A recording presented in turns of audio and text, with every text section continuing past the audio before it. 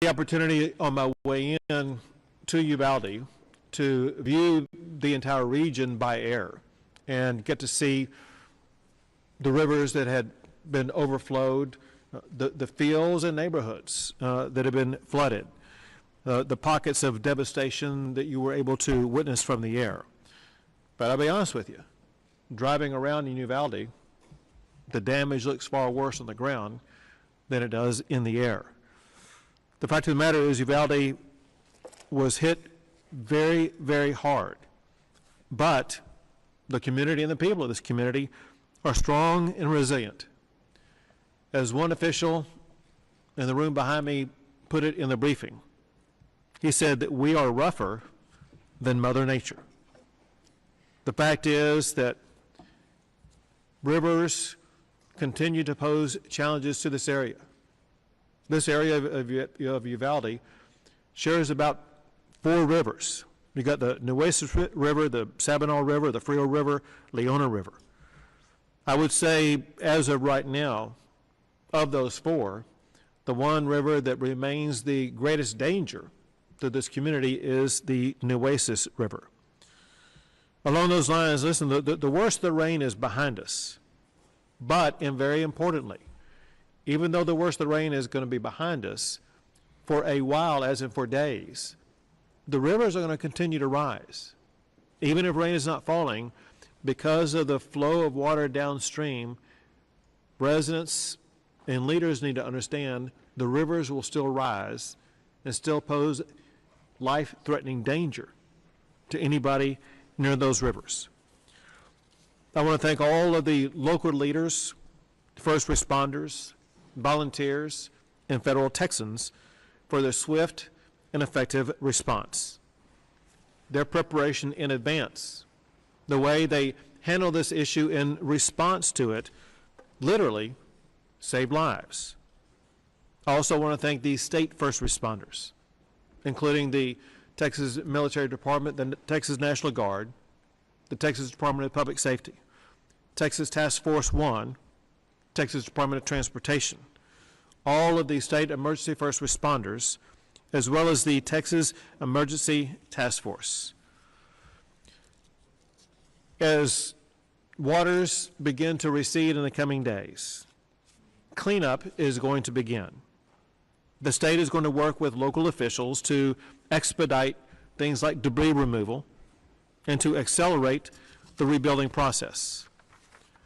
The Texas Department of Transportation has already been heavily involved in making sure that especially the city and county of Uvalde, which almost became an island because of what happened with the rivers around it.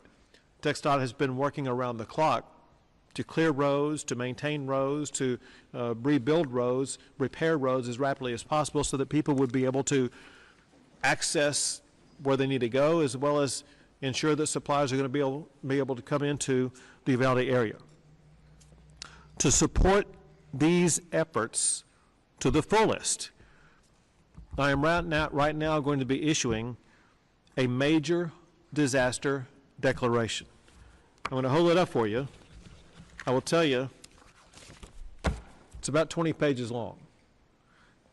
What it does is it will open the door to federal relief to assist in the rebuilding of this region.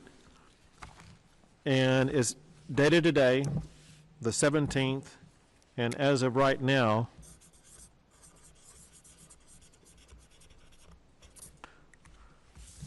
it is signed, and as soon as I leave, will be on its way to President Trump. This major disaster declaration includes 28 counties. It's the counties that have been hardest hit by these devastating floodwaters. More counties can and will be added as needed. In addition to Uvalde, the other areas that remain under greatest threat are Zavala, Dimmitt, Riel counties, as well as Sutton and Crockett counties. And as I mentioned earlier, the river that remains the greatest ongoing threat is the Nueces River. Texas will continue to provide all of these counties, as well as every county affected by these storms, ongoing support and assistance. These counties will remain the primary focus until all dangers subside. Altogether, the state has already provided more than 2,700 personnel, more than 1,500 vehicles, more than 90 boats, more than 20 aircraft, as well as many other assets and resources. The state has rescued more than 270 people. In the briefing earlier, just in the Uvalde and Zavala regions, by local officials in these regions, they have rescued more than 300 people.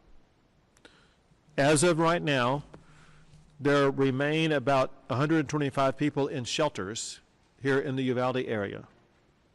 And as of right now, across the entire state, there remain 2 lives that have been lost. Our paramount goal is to make sure nobody else loses their life.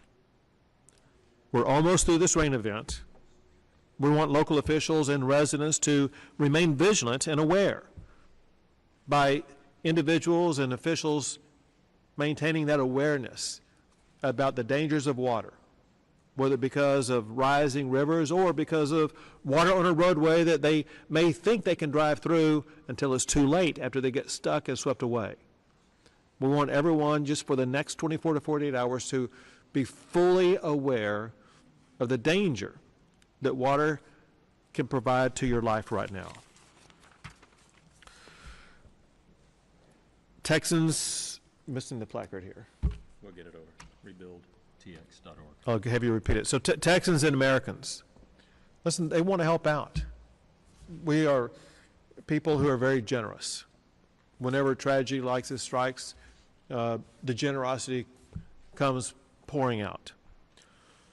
The state has a 501c3 charitable organization established by the state of Texas to provide donors with a single location where they will be able to know that their support will reach those who are in need. It's called Texas One. Chief Nimkid is going to give you the website address. It's rebuildtx.org. Rebuildtx.org. We, as in all of us, have also received support from our fellow states. I want to thank the states and governors of Oklahoma, Louisiana, Arkansas, Tennessee, Nebraska, Alabama, Missouri, Colorado, Arizona, and Florida for stepping up and helping out their fellow Americans here in the state of Texas. We and the state have maintained constant contact with local officials in all of the affected regions. At this moment in time, there are no unmet needs. That said, we are still doing rescue operations in some counties as we speak right now. And once again, although the rain may subside, rivers will continue to rise. So take matters into your own hands to be as safe as possible. Now I'm going to pass it to your local state representative, Don McLaughlin. Governor, thank you, and thank you for coming here. One of the first things I'd like to say is we have an amazing organization in Tatum. Right. Tatum put all these men together. All these men behind me have been since Tuesday, 24 hours a day at that center, and I had the privilege of seeing them in action numerous times, and it's amazing what Tatum is able to do, and all these men from whether it be DPS, Texas Parks and Wildlife, Border Patrol, sheriffs, police department, they all work together in unison, and I hate to use this frame, but it could have been a lot worse this time. I mean, but the way they are organizing it, and we realize in the district right now we have a lot of people hurting, a lot of people lost their homes and so forth. And the governor has told the city and county officials that they will be here till we're done, and we will. And for that, Governor, I thank you. Sure. Thank you. Yes, sir. Go ahead, Thank Commissioner. you. Thank you, Governor. Appreciate you coming out here. Thank you. We appreciate your support. Thank you. Mr. Representative. You've been great. We've been down at the EOC together, and all I can do is echo the same remarks. The local and the state has been, local agencies, state, TETM, federal agency, Border Patrol have been fantastic, and it's been a very efficient working relationship, and everything's working very well. We've gone through a terrible rain event, and it wasn't just a 24-hour rain event. This rain event lasted 3 or 4 days, and we just continued, and everybody stayed down there. I'd like to add, we talked in the briefing about local Uvalde area flood donations, and we have some set up. So those wanting to assist can make deposits at any First State Bank of Uvalde location with checks payable to the Community Foundation of the Texas Hill Country, or you can go online to the Texas Bankers Association website, and they have the Texas Bankers website has a foundation, has a flood relief fund. Those funds will be designated for Uvalde County and the surrounding area. And so it's been a rough couple of days, but I said we're going to get through it. And so thank y'all. Thank you for your support, your continued support. You got it. And now the Chief of the Texas Division of Emergency Management, NIMKID. Thank you, Governor. Thank you all for being here with us to get this message out. Life safety remains our #1 priority, and we really need your help in getting these messages out. Property protection and conservation is our second priority. As the rains in this area may have slowed down, the danger has not left us. Rains that fell further north or upriver that worked its way through here are continuing to push their way downstream. I want to talk about roads and barricades for a second. While it may look like a road is passable, if there is a barricade there, please do not move that barricade, because the road may not be there around the corner. So please do not move any barricades.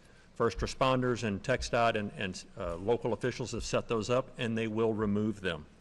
Still a very dynamic situation where we had days of 10 or 15 inches of rain. Another day of 1 to 2 inches of rain could produce equally catastrophic impacts. So we are not out of this fight yet.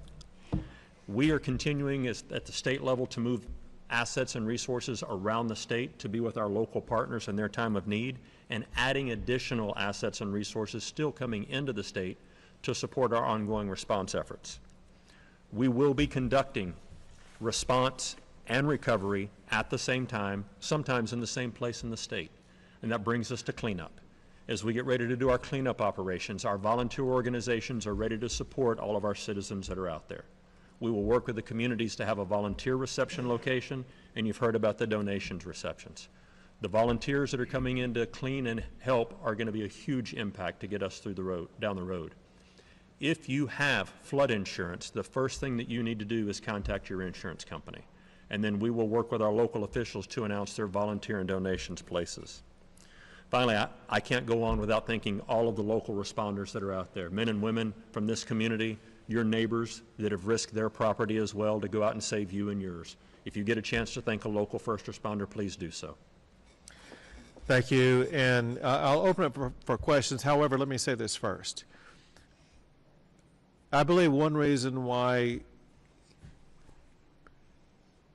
some lives have been saved is because the media got so much information out to the public in advance about the magnitude of the rain that was going to come, the magnitude of the flooding that was going to come, and people recognized they need to take this serious and get away from where floodwaters would be. So first, thank you for that. But also, as I pointed out, we're not done with this yet. The more you can continue to share information with the public about the ongoing dangers that exist, the more and better chance we have to ensure nobody else is going to lose their life. We'll take a few questions. Governor, to that point, we've been out in neighborhoods talking with some people who have lost almost everything that they own, and they just don't know where to turn. They don't know the first step. And frankly, what they need is money. Some of them don't have insurance and real money. What immediate resources are available from the state that we may be able to tell them in terms of? So I'm going to have Chief Kidd provide a more detailed answer. However, there are multiple first steps, one of which is that Texas One Fund that already has resources in it. And what that fund does typically is coordinate with people at the local level to make sure that money is going to be as available as quickly as possible. That said, there are different financial resources available from different pockets that Chief Kidd can tell you all about. Yep, and thank you for the question. Let's expand on that a little bit. The first thing is we have a state website, and we will get that website out to you, where they need to report their damages. We share those reports with our local officials. The local officials will be the ones to help us organize support going into those homes to do the mud out and muck out and the cleanup of that. So we'll get that website out to you. That damage at tdm.texas.gov, I believe, is the address that we want you to use. The volunteers that come in to help will also be some of them bring in their own checkbooks, and they start writing checks and donations to families to help get money back going. But we really want to organize this at the local level. So each community that's impacted will have its own team. Our team is there with them now, the Incident Support Task Force. You see some of them wearing the uniforms around here, and they are ready as soon as it's safe to do so, which it is becoming that way right now, to get out into the community and work directly with the citizens to help them on the road to recovery.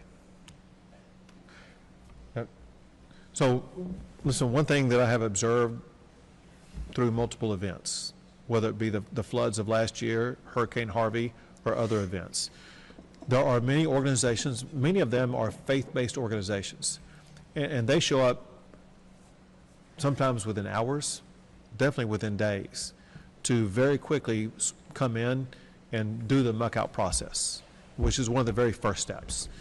When the muck-out process takes place, that leads to a lot of debris being put on the ground in front of the house or whatever. And the state and local officials will be involved in that debris removal, which we know will be a top priority. But bottom line, you will see a lot of organizations coming in ready to immediately begin that muck-out process. Go ahead. Timeline yet on when FM 483, which connects Valdez to Eagle Pass, will be reopened? Yeah. So we have someone from TxDOT here. Let me have them answer that question. Yeah, so FM 481 right now, we're currently assessing the bridge damage that was caused by the Nueces River. So we're in the process of evaluating. As the waters recede, we'll continue to do that evaluation so we can see what we can do to speed up the process of getting that back operational. So at this time, we don't have a specific timetable, but we are actively looking at what we need to do to get that operational. And then one other question, because there's a dam up here that we keep hearing about, the Willingham Dam. Do we know if it failed or what the status of that is? Yeah. It didn't fail. It didn't. Did I not can fail. speak to that. So that was a flood control dam, and it was flown and looked at, and it did not fail. I've been in contact with the landowner, the ranch owner, that where the dam is located, and he's also confirmed. But we put eyes on that dam, and it did not fail. What did happen is it worked just as designed, and the spillway, the water came over the spillway in a way that it had never done. And so while it made it look like from the air that the dam breached, it did not. It was going around the spillway in a measured amount, but we just had tremendous rain. And so the dam is good, and it's still holding back lots of water. You just mentioned that the 4 rivers around the valley are still at threat, and 1 or 2 inches of rain could provoke another emergency like this. Is there any plan to prevent another situation like this? Because it's probably going to happen. Right, so for one, you can't prevent rain, but what you can do is to be prepared and responsive to it, as well as to prepare communities to reduce flooding. If you look at some of the measures that were taken after the flooding last year, especially in the Kerr County area, there were some homes and some other property that was removed from the floodplain. And so, for one, making sure that communities honor the floodplain and try to not have housing in the way. Second, I'll tell you this. One thing I heard today, but also I heard in other briefings that I've been involved in, as well as I've heard from people in communities ranging from Kerr County to other counties affected, and that is because of everything that was learned and experienced in the flood last year, everybody in Texas has been far more prepared to deal with what has happened this year. There again is one reason why lives have been saved. Property, to the extent that it's been movable, has been saved. Real property, which would be like houses, apartments, commercial businesses, things like that, you can't move them, but sometimes they can relocate and things like that, and that process began in the aftermath of the flood last year. But again, lessons learned from last year were applied to make sure the response this year was far superior to what we were able to achieve last year. And again, we were talking before coming out here, local officials and state officials. We've learned more in the past 48 to 72 hours than we knew last year. And we continue to process this to make sure that the state is more responsive and more prepared every single year. Governor Abbott, how quickly could Texas see that federal support from White House? I made a similar declaration in the flooding that took place last year, and the response took about 1 or 2 days. And so it was very rapid. My hope is it will be equally swift this time. Do you have a breakdown of how many home rescues there were versus vehicle rescues? I don't have that, yeah. I think what we have seen from the state asset perspective, most of the rescues that were done were for motorists or stranded motorists, but really we can ask the locals about what their local perspective was on rescue versus evacuation. And and that said, to be clear, I've heard reports from here as well as elsewhere in the state about operations conducted, whether it be by the National Guard, by the Department of Public Safety, game wardens, or others, of hoist rescues into helicopters and other airlift out of trees or other places like that. So heroic missions have been conducted to save lives across the state. Governor, could you talk a little bit about what state efforts are underway to retrieve buoys that dislodged at near land, and if there's, I guess, an updated estimate on how many are currently moving? Sure. We need to subdivide this into 2 categories. There are state buoys, and then there are federal buoys. The state buoys remain intact where they were located initially and have not moved. They're being reinforced as we speak to make sure they're not moved. The federal buoys, I'm going to tell you what I know, and I'm telling you in advance that I don't have all the information, so I could be wrong about what I'm about to tell you. But it's my understanding that the federal buoys that moved because of the flooding event were actually not in the river, but the waters pulled them into the river, and they went downstream. Bottom line, however, for the federal buoys, the federal officials are the ones involved in removing those buoys. And my understanding is they're working rapidly to make sure they get them removed and put into a safe place so they are not interfering with the waterways at all. Thank you, everyone. Thank you all.